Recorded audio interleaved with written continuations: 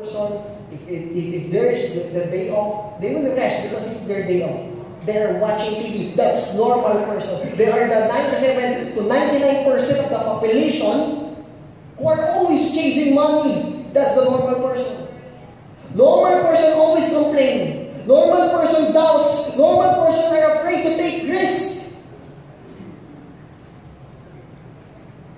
I'm talking for the past 10 years. This is my mastery. This is my craft. Speaking.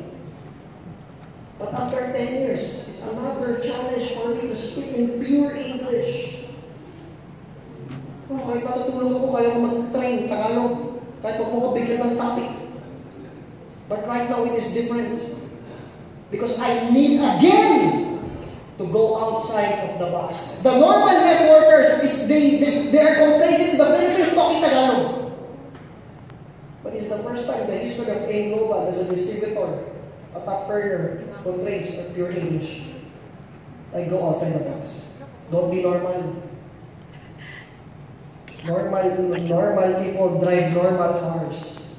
Abnormal people drive abnormal cars. Ferrari, Porsche, Mercedes. Normal people get normal salary. For them, 100,000 a month, 150. It's so big. I can buy this, I can buy that. Yes, if you're staying in the Philippines, if your family is in the Philippines, it's big. But always remember, 100,000, 150,000 a month. If you want to be rich in other countries, it's so small, especially in UAE. We've been to Maldives. Do you want to go to Maldives? Yes. One of the greatest destinations. I've been there last November. Wow. 1.5 volts right cost 1,500 pesos. 1.5 soft drinks. Mas naman ito how many one? 30,000 won?